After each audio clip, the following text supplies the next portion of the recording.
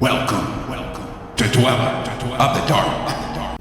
We are wicked wizards demanding the resurrection of the yellowed and blackened bones of forgotten masters of horror, science fiction, fantasy, and beyond. Subscribe, comment, like, or I'll send the vampire Helen to rip your heart out. Writers, poets, songwriters, reach out to us if you want to be part of our growing pile of bones. Writing, ghostwriting services on Upwork and Fiverr. We've had a 98% successful completion rate for projects. Contact links below. PLACIDE'S Wife by Kirk Mashburn. First published, Weird Tales, November 1931. A shuddery story of Louisiana Cajuns, of corpses that screamed in their graves, and a woman who would not stay dead. From the depths of the dank, moss-festooned woods, a long-drawn howl quavered upward through a cloaked and sullen moon. There was a sinister, unearthly quality about the ululation that set it apart from the orthodox lament of any random, mournful hound. It startled us, gathered there in the temporary shack that served the road building crew for office and commissary combined. The dull buzz of conversation stilled for a long minute. I saw more than one stolid Cajun farmer, road builder, pro tem, furtively signed the cross. Chairs and packing boxes croaked under the sudden uneasy shifting of their burdens. PLACIDE'S wife, I heard someone's perturbed mutter. It was old Landry, gnarled and seamed and squat of body, ordinarily taciturn to the point of sourness. A half dozen pairs of eyes flashed distrustfully in my direction, then settled in common focus upon the speaker. The rebuke and its intimation were plain.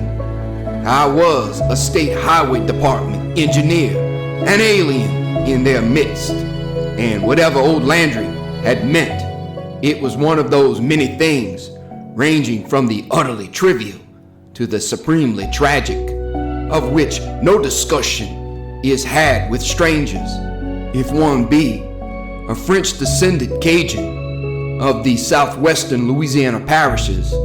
Suspicious of all unproved folk, one does not speak haphazardly concerning obscure local matters. Landry withdrew even more deeply into his shell of taciturnity. There was an ineffectual attempt or two to resume talk, but a damper seemed to have been put upon any further desire for conversation. In twos and threes, but never singly, the members of the group drifted away to their bunks in close succession.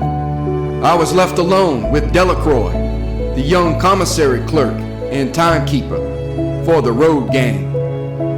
What was there about what the old man said to sour the balance of them so thoroughly? My curiosity prompted the question. My companion hesitated about replying. He was of the locality, and even though of a finer breed than the teamsters and laborers of the crew, he possessed, in less degree, some of their instinctive clannishness.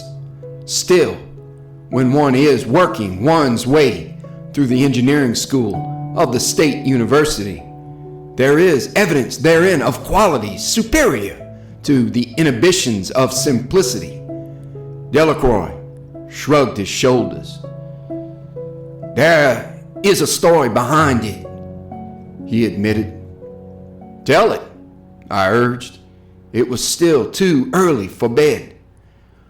Once more, before he could comply, that weird latration from the forest set the night aquiver. We listened in silence until it ended. So, observed Delacroix. Then he told me of one Placide and of Placide's wife, and this is the substance of his story. Placide Dubois, said Delacroix, spent 30 of his nearly 50 years of life peacefully upon one patch of bayou land. His paunch was kept satisfactorily heavy with beans and with rice, which he grew more by the kindness of heaven than any great exertion of his own. Sometimes he wheezed down the bayou in an ancient oyster boat, with the running of which the indulgence of Providence may also have had a hand, judging by the neglected condition of its decrepit engine. In the bay, Placide caught shrimps. In the winter, he sporadically trapped muskrats and shot ducks. Always, he had enough black perique for his pipe and a little wine to wash down his food. Rarely, he would go to town and get very drunk. For a man with no wants beyond his creature comforts and a masterless, indolent existence, it was a good life. Then the time came when oil was found in the neighborhood of Placide's quarter section, and he sold the ground that he had homesteaded 30 years before for more money than Placide had any business with. Some people said he got $10,000. The highest estimate placed the amount at 5 times as much. At any rate, it was enough to be Placide's undoing.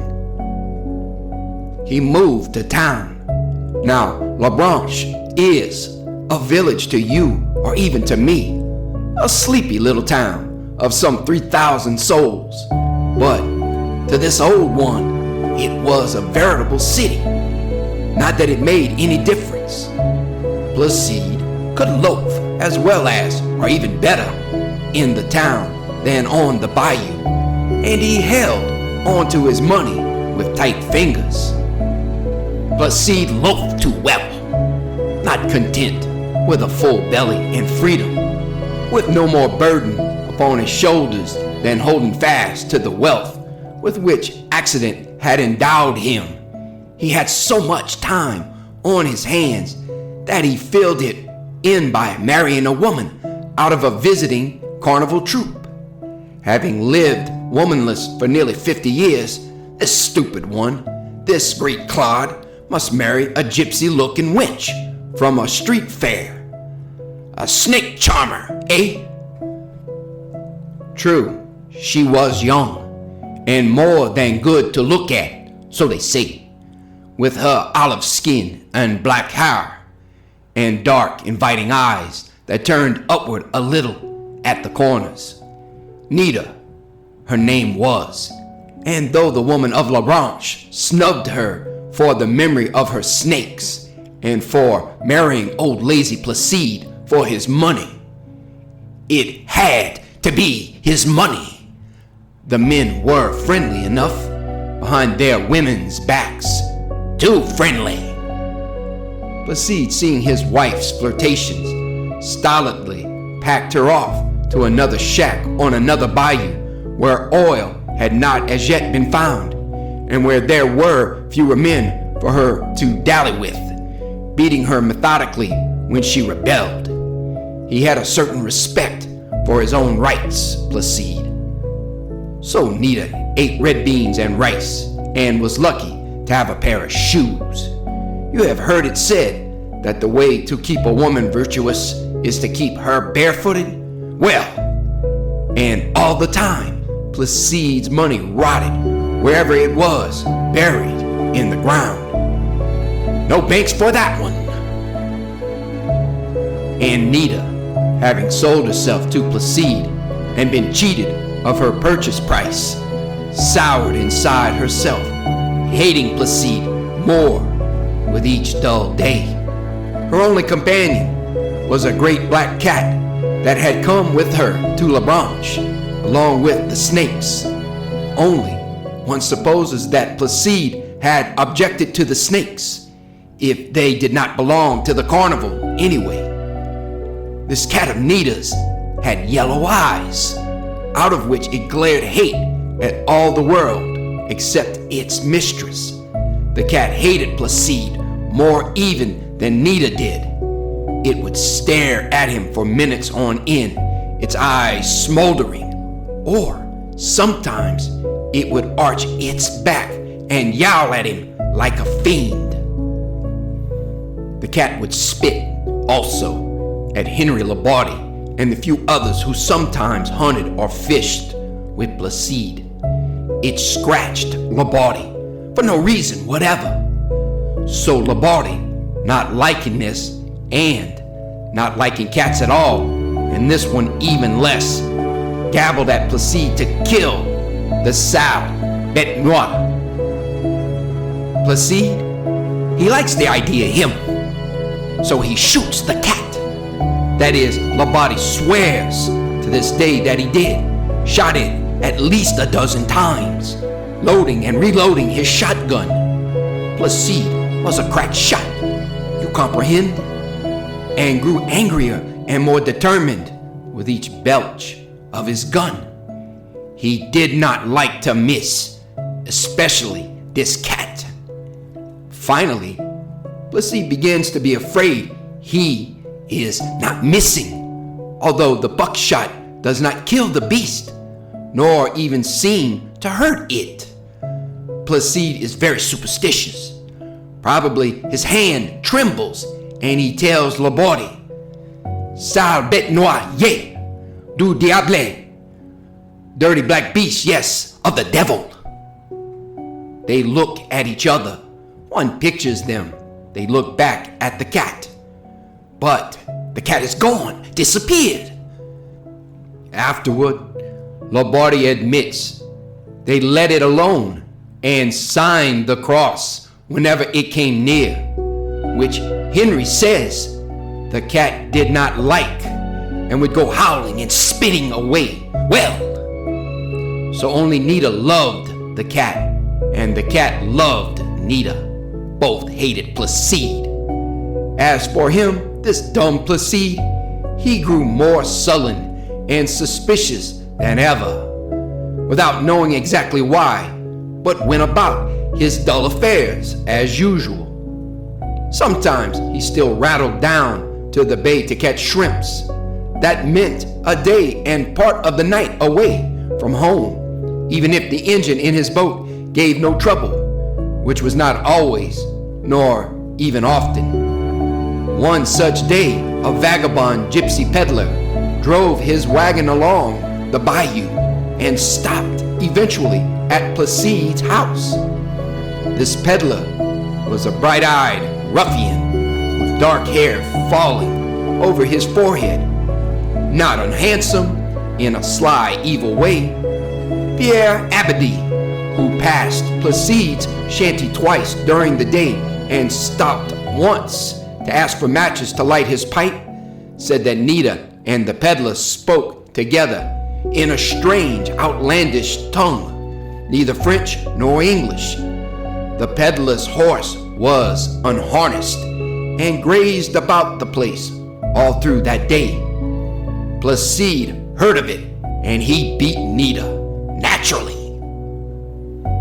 The peddler set up a tent outside La Branche and mended pots and pans, and without doubt engaged in other less open practices. He seemed unconcerned once when Placide came by and stopped a moment in front of the tent, saying nothing but glowering sullenly. So, after a bit, Placide went on to the shack where Yellow Marie sold vile bootleg whiskey and hatched viler schemes in her festering old brain. This Marie, if she had any other name, none knew nor cared, was a quadroon woman who had lived in a tumble-down hovel on the fringe of town for as long as most people remembered. Some of the oldest habitants said she had once been a wildly beautiful creature, much as a sleek, cruel yellow tigress is beautiful. But now she was a wrinkled old hag, a dispenser of vicious liquor, a procuress when chance offered, and, so the blacks and the ignorant whites whispered, a witch. The people of La Branche would have liked to have packed her off elsewhere, but there she was, and there she stayed. Oh, the sheriff, among others, was one of those old men who had memories of Marie's golden days. You comprehend? Then, too, this Marie was clever, discreet, you understand. Nobody knew anything against her except rumors. Nobody, that is, who cared to tell. So Marie stayed on. The old hag had no love for Placide, and he had less for her. But the one had liquor that was as cheap as it was powerful, and the other had a thirst which a perpetual regard for economy required him to quench with as little expense as might be.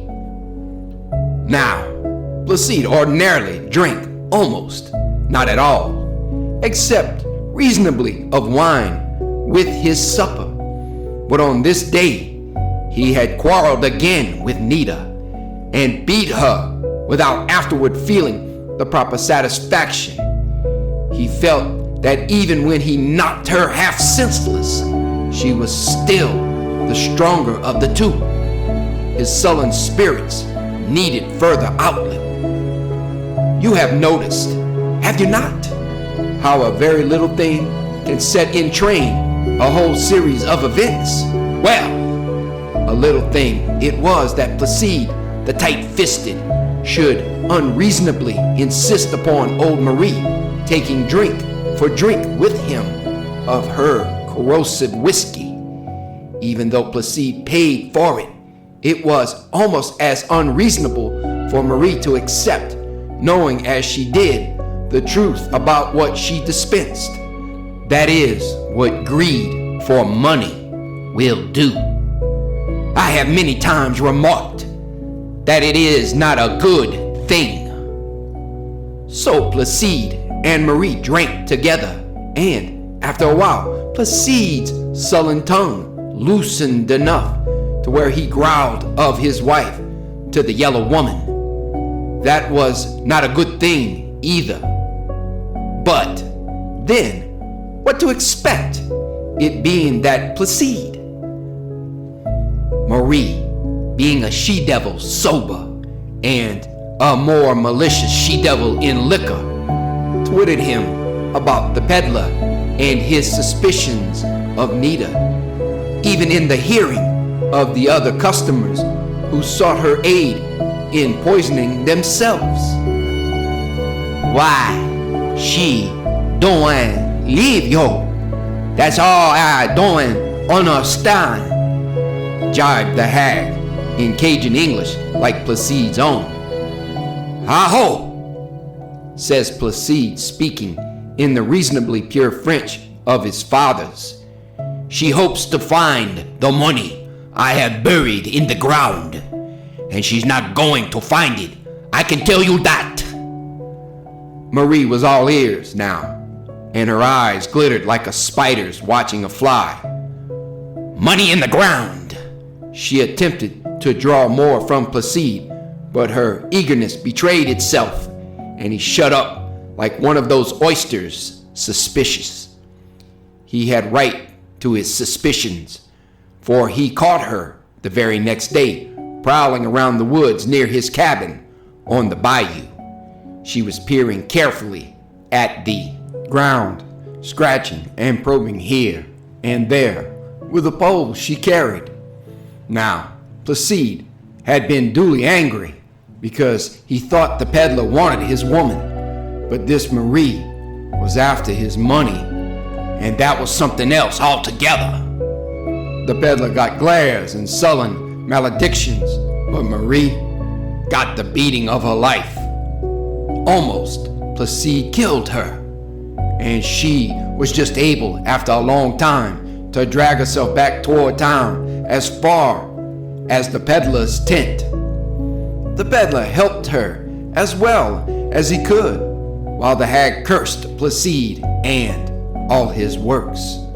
After a while, she quieted and talked long and earnestly with the gypsy, who listened more attentively as her talk went on. Doubtless, Marie knew, as do all those who have a hand in such matters, that curses and spells and gree-gree charms work much better when the victim knows about it. Maybe they would not work at all otherwise. She knew that Placide was very superstitious, so she was careful that it came to Placide's ears that she was going to put a conjure on him, and that it would be better for him to dig up his money and leave the parish. Nita, of course, would tell the peddler in case her man took the warning to heart.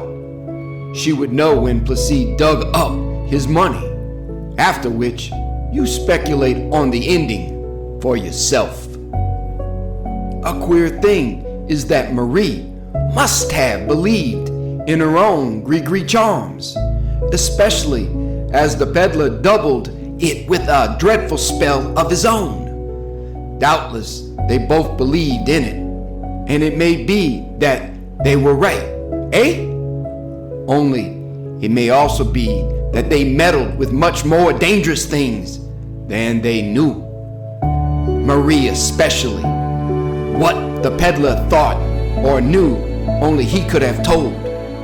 At any rate, they did more than threaten Placide with a spell. They went about it seriously. Now, much of this story has to be surmised, and the gaps filled in between the fragments of known fact, which are fewer than they might be.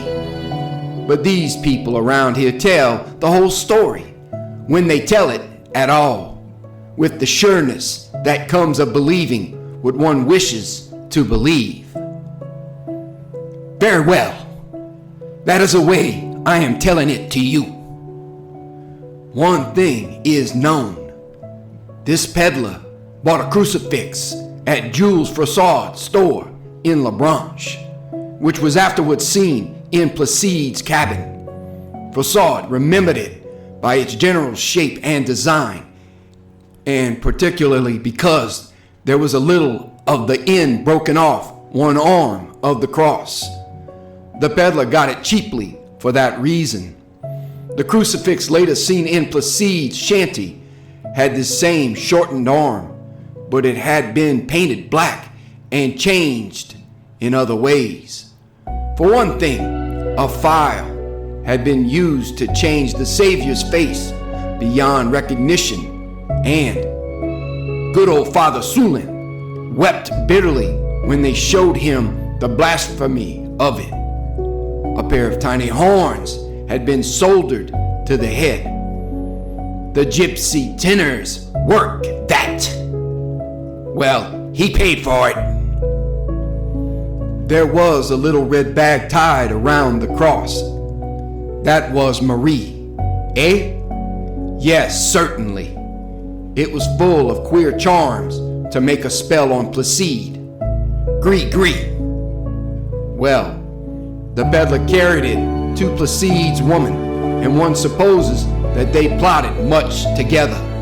One believes that the peddler wanted Nita as much as he wanted Placide's money, and it may be that Nita desired the peddler. Then, afterward, the women put the impious crucifix under the bed, and that is where she made a mistake. Placide had heard of the plot to put a spell upon him only that day, and he was both angry and afraid. He had gone to Marie's place, but he found her absent and the dive closed, which may have well been for Marie. At the peddler's tent, Placide found the gypsy sitting cross-legged on the ground elaborately whetting an edge upon a most ferocious-looking butcher knife. So Placide, not unreasonably, left the peddler at peace until he went back and got his gun, or at least until he could deal with him on even terms. In the meantime, he doubtless argued that he could go home and beat Nita. On the way back to his cabin, Placide drank from a flask he carried. Meeting with Henry Labarde, he would have given Henry a drink, but the bottle was empty. So Henry must come to Placide's cabin, where there was a whole demijohn of good wine waiting to be drunk. It was not far off, and they would get drunk together.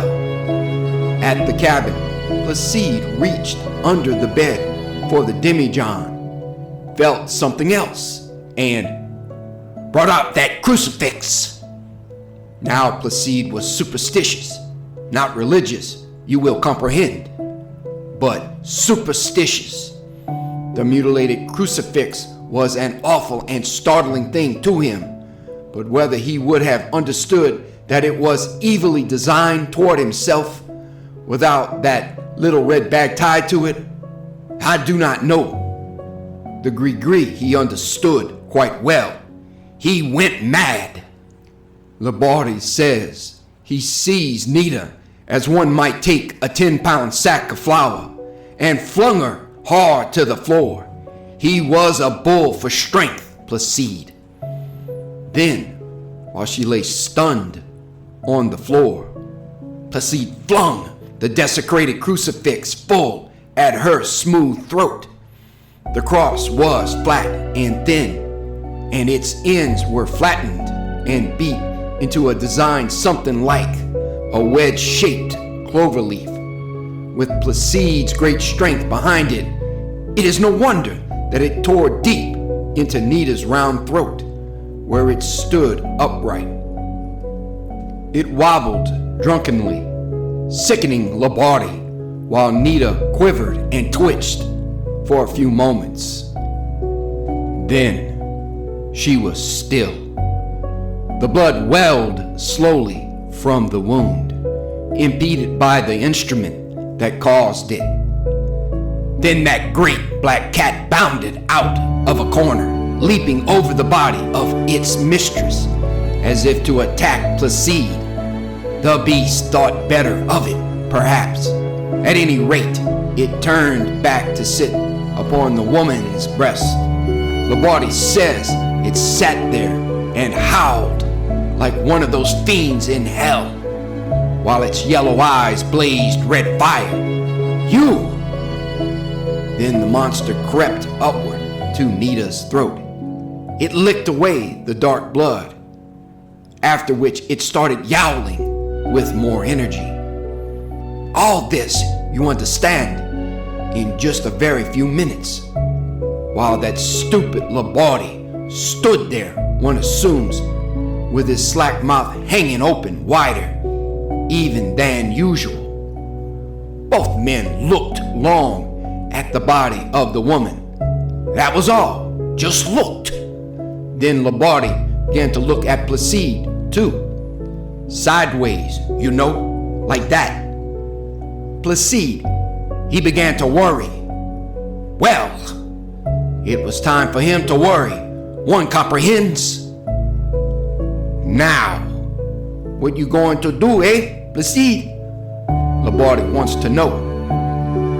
Well, says Placide, speaking French like Labarde, and slow and heavy, like he always talks. I'm going to put her in the ground and bury her. Then he turns round and looks hard at Labarde, who said afterward that there was a red light in Placide's eyes. You're going to help me bury her, and you're going to keep quiet all the rest of your life. Ain't you, Henry? Heh? Gulps Labarde. Heh? Placide says too. but he says it a different way, and the veins kind of swelled in his forehead. He moved a step closer to Labardi. "Yeah," agrees this Henry, swallowing hard. "I'm going to help you bury her." Henry Labardi is a little man, and he knows it. "And you're going to keep quiet," grits Placide. Another step closer. "I'm going to keep quieter than that." Labardi is trying to swallow his tongue by this time, one supposes. So Placide got spades, and they carried his woman out into the bushes away, off behind the shack, and dug a deep hole. The cat went along too, and spit and howled, and tried to claw Placide's legs. It hopped back and forth across the hole after they put Nita in it, and were ready to shovel the dirt on top of her.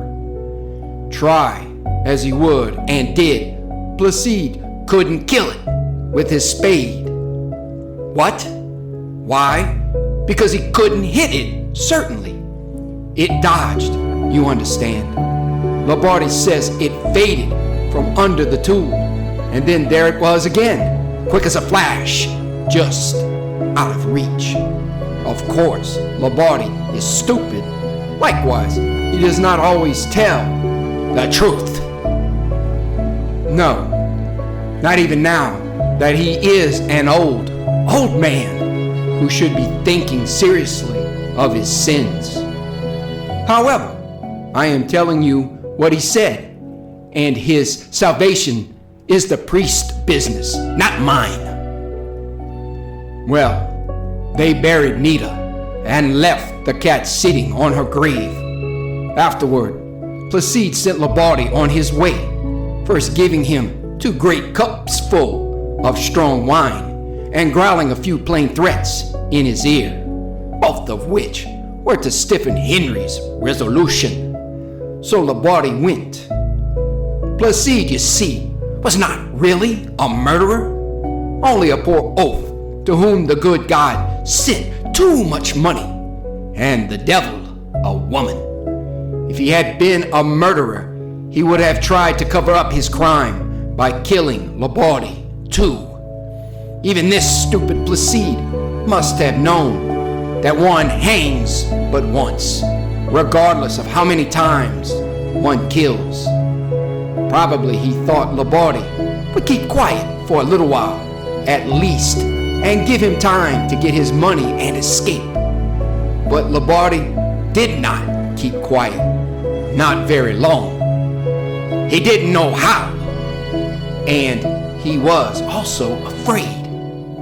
So Labardi went straight to the sheriff, and the sheriff, being an old man, sent his deputy, Saucetan LeBleu. No, not the one you know. This was a cousin who talked only less than Labardi, and thus LeBleu told others, and several volunteered to go to Placide's place with him, and 1 or 2 saddled their horses and came along without even volunteering. They passed by the peddlers on the way and paused long enough to wake him and tell him where they were going and why. The peddler climbed on his old nag without bothering to saddle it and came with them. Now, it is some miles from La Branche to Placide's old cabin, but it is not a long ride for men on horseback. LeBleu and his posse were soon there, demanding entrance.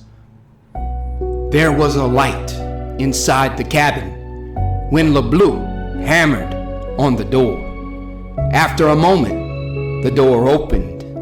LeBleu had his pistol in his hand, and it was a good thing it didn't have a hair trigger, because the deputy was so surprised when that door opened, he dropped the gun. It wasn't Placide who opened, it was Nita. "Well," she says. Nita couldn't speak French. "What yo want?" LeBleu having come to arrest her murderer, now didn't really know what he wanted any more than she did. "Ain't Placide killed you?" he blurts out. Somebody laughed, which you can understand almost anyone would. And LeBlue says, embarrassed, "I mean, where is Placide?"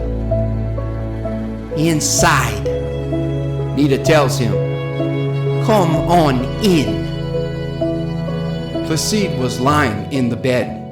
He looked dully at LeBlue and the others, who noticed, without thinking too much about it, that there were several nasty marks on his face, like the claw marks of a beast, for instance, or a woman.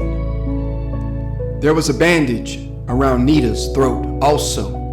That much, at least, of the body's story was true. Placide had hurled something at her throat. Well, they would doubtless be thinking, after Nita got up, she scratched his face. Nothing strange about that. A man and his wife could fight if they wanted to, could they not? Naturally. "Too much wine. He's drunk," Nita snarls. "He got drunk with Cat Laborde and beat me." She shrugs her shoulders, which was to say, "What is there of newness in that?" "Ho ho," LeBlue says, as if comprehending much. "So Laborde was drunk. I suppose the walk to town sobered him up some, otherwise I'd have seen it for myself." "I was not drunk," Laborde indignantly protests. "Placide gave me only 2 cups of wine before I left. 2 cups, no more." He points to a big cup, which will hold about a pint. Everybody shouts and laughs. Laborde is one of those unfortunates who cannot take one drink without it affecting his already dizzy brain. So much is known to all. Somebody notices the paleness of Placide. A pale souse. He must be very drunk and be in the habit of drinking very heavily in secret. Everyone had thought differently. Ah, well. So they decided to go back to town. You will see that there was little else they could do. And besides, there was something about Nita that made them all uncomfortable and uneasy. She seemed changed in a way none of them could put a finger to. There were smoldering flames deep down in her slanting eyes, and there was something repulsive about the way she would run her red thin tongue over her red lips whenever she looked at them. More than one man caught himself making the sign of the cross without at all knowing why. Well, they say one can smell the devil a long way off. So, as they were going, someone saw Nita glide up to the peddler and make a swift motion with her fingers, while it seemed she hissed a few words in a tongue strange to all the rest of them. There was only one word that could be understood and remembered. No, I do not know what it was, but they say that it was afterward said by another gypsy who was asked to mean gold or money. Later, too, one of those who saw or heard of it was inspired to show Old Yellow Marie, as well as he could remember the sign he thought Nita made. And Marie, she laughed evilly. Being very drunk and in high humor, she finally gave a sly hint that it might mean something like poison in a certain dark and secret sign language. Have I told you it was said by some that Marie engaged in darker practices than the keeping of her dive? Afterward, Marie told Laborde that Nita probably was only fooling the peddler, so as not to frighten him. Placide added this Marie did not die of poisoning. More than that, she would not say a word. One guess is as good as another, but they say there was a greedy look in the peddler's eyes as he listened to Nita. Perhaps there was a greedy look likewise in Nita's eyes, but not for gold, one thinks. The gypsy was a strong, full-blooded man. It may be that she wanted him. Whatever it was that Nita said to the peddler, he went with LeBlue and the others when they rode back to town. For 3 or 4 days afterward, this peddler was busy mending his horse's harness and greasing his wagon. And he offered his stock of tinware at such cheap prices that he soon disposed of it. Getting ready to move on, he said. The 3rd or 4th night, the gypsy disappeared. Nobody was sorry to see him go, nor felt slighted that he left without saying goodbye. Then, a trapper stopped at Placide's cabin and discovered that it was deserted, except for Placide himself, who was dead, and therefore could hardly be said to count. He had been dead for some days, and, it being warm as to weather, he was beginning to be unpleasant about it. There was a curious wound, or maybe several wounds, in Placide's throat.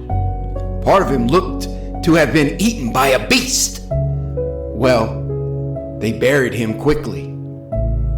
I do not know what the coroner said about it, but other people lifted their eyebrows or shrugged their shoulders, saying, Placide died, or maybe his woman killed him, and the woman has run away with the peddler after getting Placide's money. Ah, well, we are rid of the 3 of them, the peddler, Placide, and Placide's wife. None of them amounted to much. Oddly enough, the peddler's horse was soon afterward found dead and partly devoured in a spot deep in the woods. Hey, people wondered at that naturally.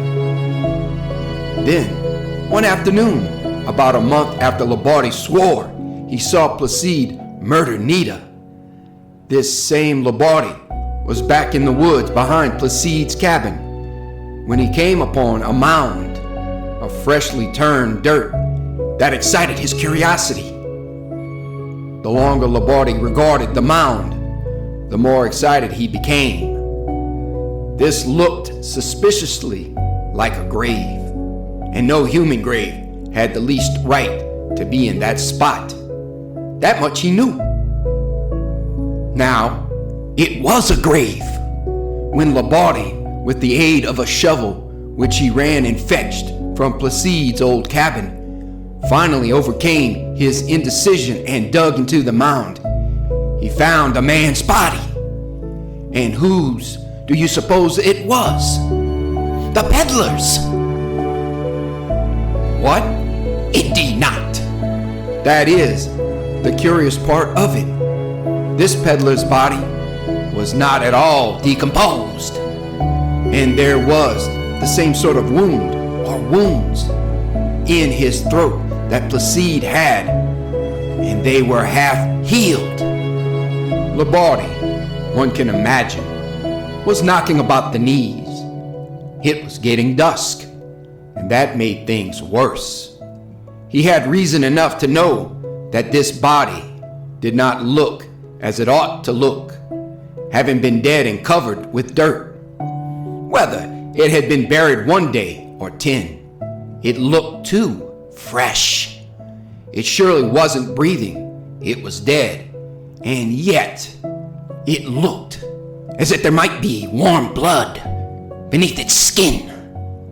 And then Labarde leaned upon the wooden handle of the spade he had used, and which must have been cracked already, for it snapped beneath his weight. He was thrown off balance and, clutching the long handle of the spade tighter than ever, stumbled forward on the dry clods he had dug from the grave, and which rolled under his feet. He fell forward, you understand, with the spade handle thrust before him, and the sharp, broken end of the handle, with Labarde's weight behind it, pierced the breast of the corpse at his feet. Now, you will remember, this is Labarde's tale. I am only telling it for him. So, well, this broken end of the spade handle, which was really a hardwood pole, was sharp and keen, and it penetrated the corpse about where its heart should be. And the corpse moved. The dead lips screamed. Then, the eyes opened wide. Labarde swears to this, although if you ask him, he will deny it, with such hate in them that it was like a look into the mouth of hell. But the fury swiftly faded into a look of great gladness, like the eyes of a bird suddenly set free of a cage. The working features softened into a mask of peace and contentment. The eyes closed.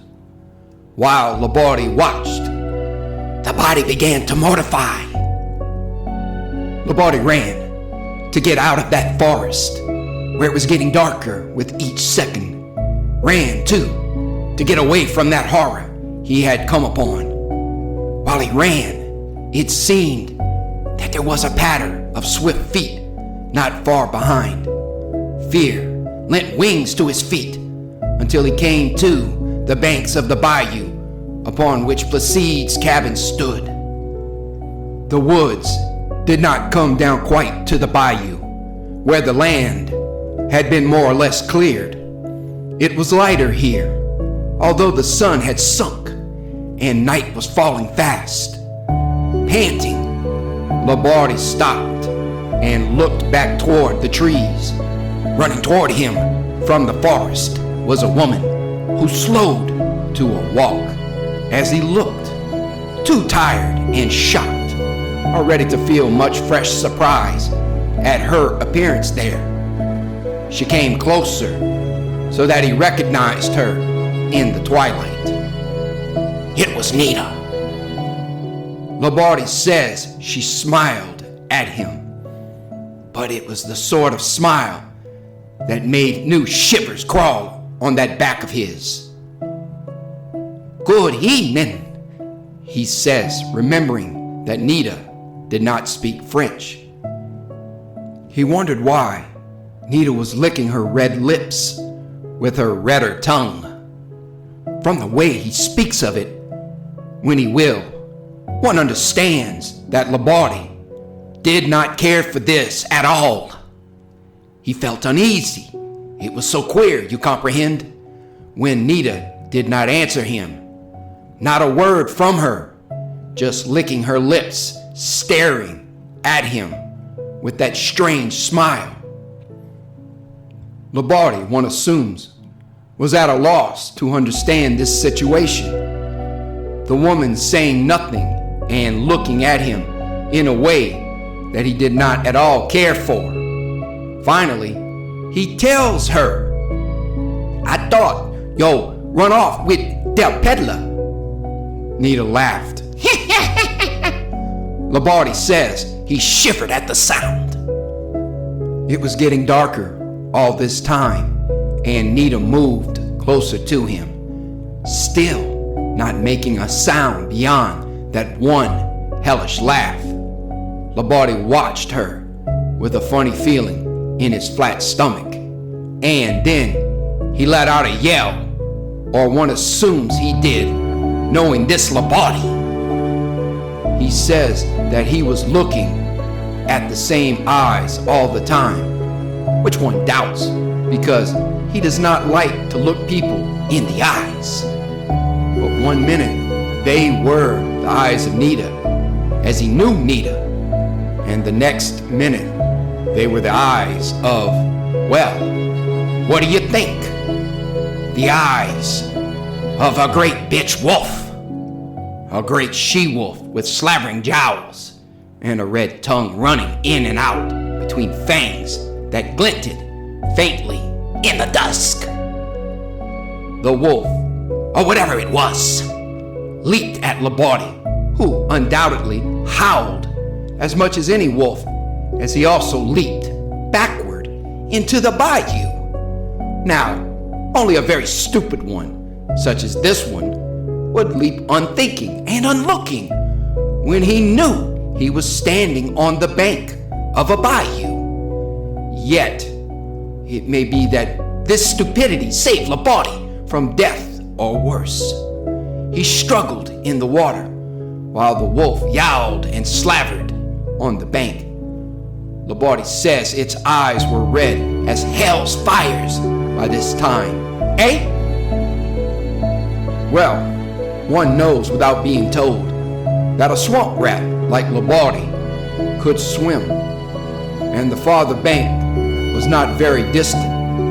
He climbed up on it, and the wolf gave a last fiendish howl as Henry scampered off toward La Branche.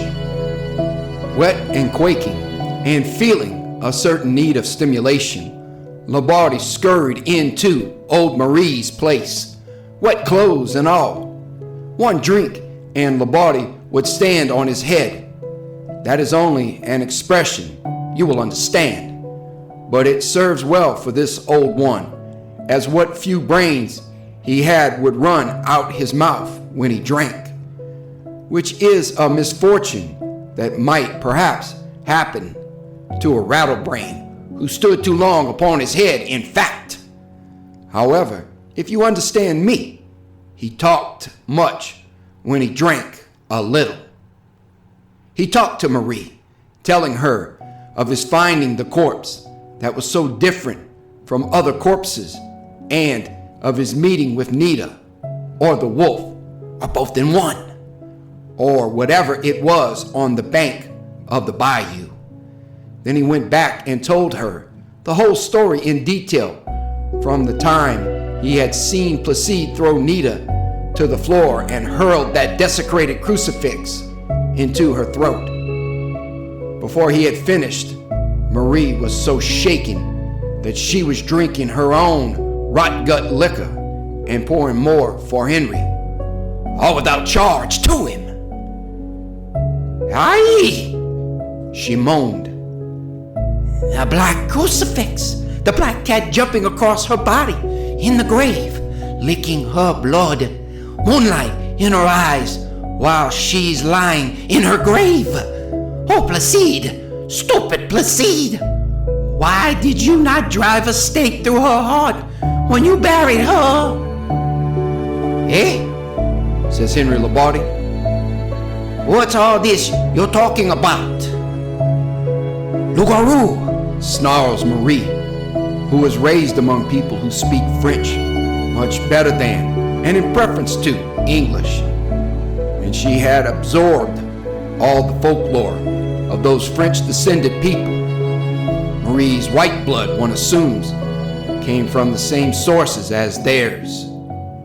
"Loup-garou," shudders Labardi. "You comprehend that it is the French name for werewolf, so." "I was afraid so, me." Marie brightens after a minute. "One good thing," she exults, "this Nita can't get off her island, and I'm not going there. Me, I don't intend to see her." Now, as you already know, La Branche bayou forks and flows into the bay in two separate streams, like a wishbone, making an island nearly 15 miles long and about 10 miles wide at the bay end. The point you understand is that the werewolf is supposed to be unable to cross running water. What? The vampire also? Exactly.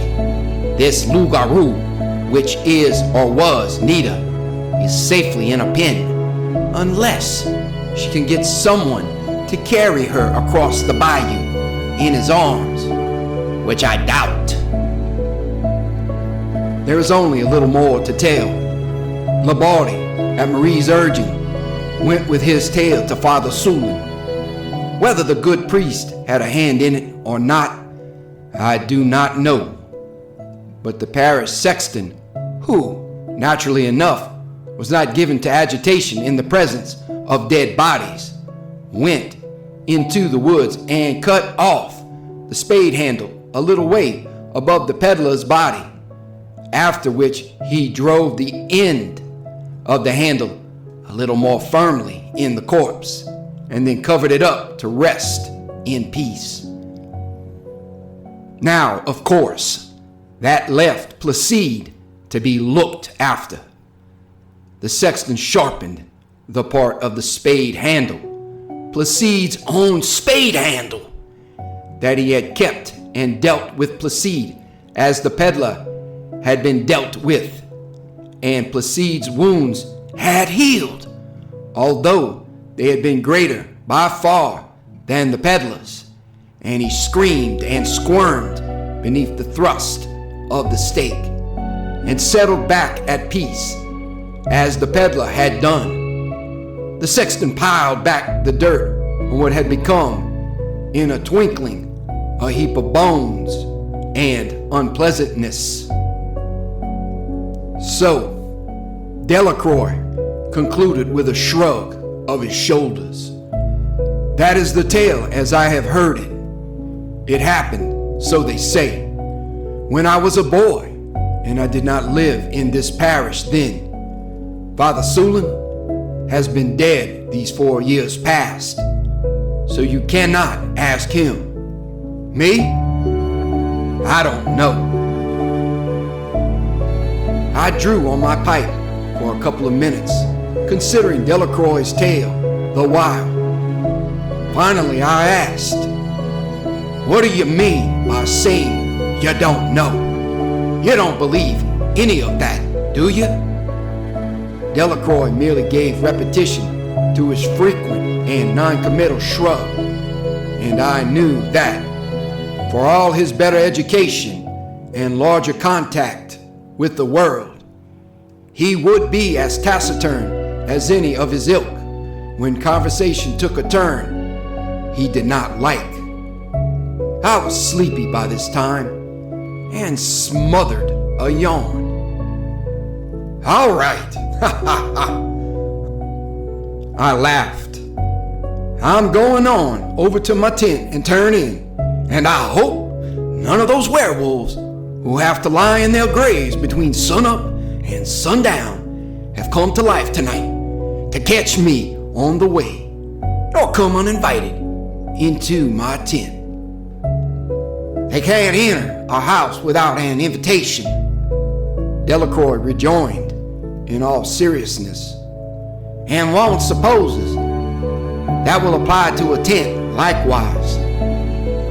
I was tempted to laugh at his earnestness, but I had no wish to wound his sensibilities, and so refrained. Perhaps, after all, he said, it would be better if you were to sleep with me while you are here. Yes? No, I carelessly shook my head. I'll go on over. At this moment, I broke off, as there came a light tapping upon the door of the shack.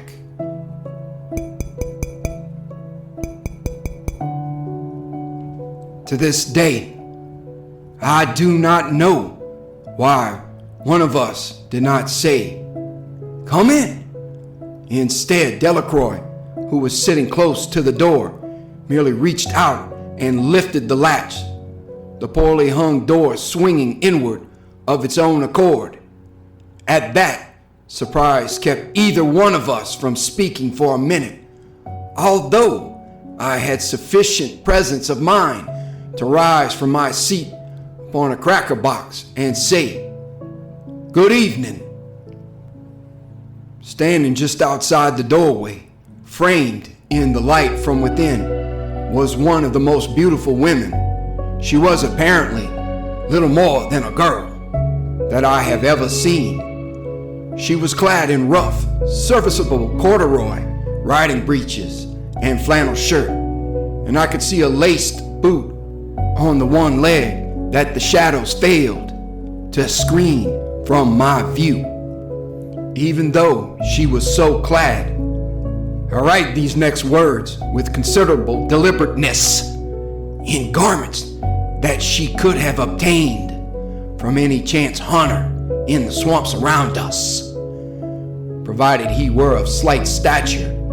Even, I say, though she was clad in such garments, there was no hiding the alluring femininity of her.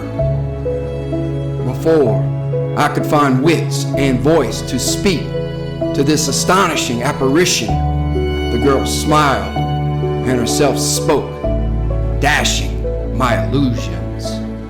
Her words, although there was an additional odd inflection, were the words of any unlettered Cajun girl of the swamp country. "My car," she informed us, "is bogged down on the other side the bayou, and my ankle, I sprained it trying to get out. Will your gentlemen help me?" However, if her words were crude, her voice was not, and there was a wistful note in it that touched me. I could see now that she was leaning heavily on a stick, and the boot had been removed from one stockingless foot. She moved the foot as if to ease its pain, so that it was more in the light. Unshod feet that are beautiful are a rarity in women. I had been out in the swamps with a road camp for 2 long months, and Cajun or no Cajun, this was woman, and a beautiful woman at that. As Delacroix would put it, "Well, certainly we will help you." I was very gallant about it, hoping she would not be too fastidious to overlook my 2 days' growth of beard. I had another thought, bold, but maybe. "And," I said, "as I see you cannot stand upon that foot, I'll carry you back across the bridge." I started at the look of wild exultation that leaped into the girl's wonderful eyes, enchanting with their vague suggestion of the Orient, before she dropped her gaze. "No!" yelled Delacroix, to my utter astonishment and indignation. "Carry her across running water? No, never!" My anger was flaring swiftly, and then I caught sight of the girl. I stopped the hot rejoinder I had upon my tongue for Delacroix, appalled with doubt and something more. There was a positively feral light in those glorious eyes now, and that seductive mouth had ceased to be such, with lips drawn back from her teeth. Queer that I had not before noticed how sharp and cruelly pointed they seemed, like fangs. She resembled more some slavering beast than the girl who, but a moment before, had made my pulses hum. "Landry!" Delacroix was yelling. "Bring your gun! The one with the silver bullets! She's here!" The girl leaped away toward the swamp growth. There was no sign of lameness in her going. I had a vague, confused impression that she looked oddly inhuman, and dropped to all fours as she reached the shelter of the forest. Old Landry, he of the weathered face and gnarled hands, who had first mentioned Placide's wife that night, came running up. There was a huge revolver in one of those knotted fists. Delacroix spoke to him in the French patois of the region, of which I knew enough to get the gist. "Yes, it was she," But you are too late. She has reached the woods, and you dare not follow. She and her pack would have your throat open before you knew they were near. Silver bullets was all I could understand of Landry's answer, taught as it was with suppressed emotion, then hoarsely, in which occurred the words, "My son." He croaked something else. Delacroix shook his head.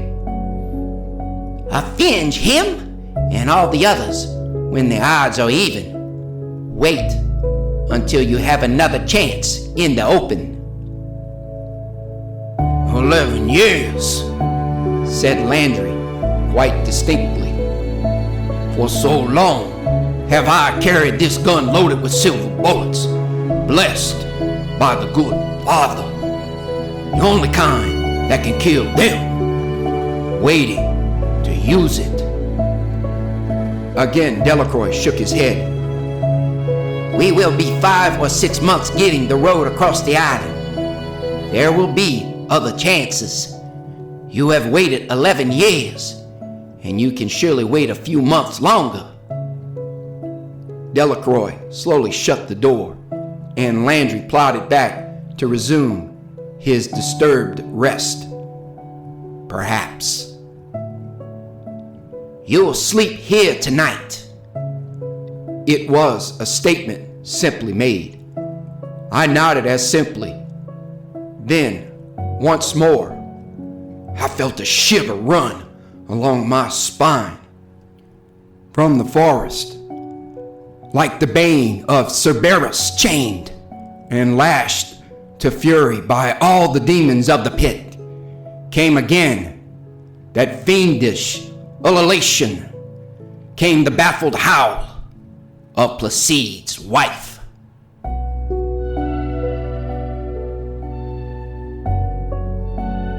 Thank you for listening. Have a great night.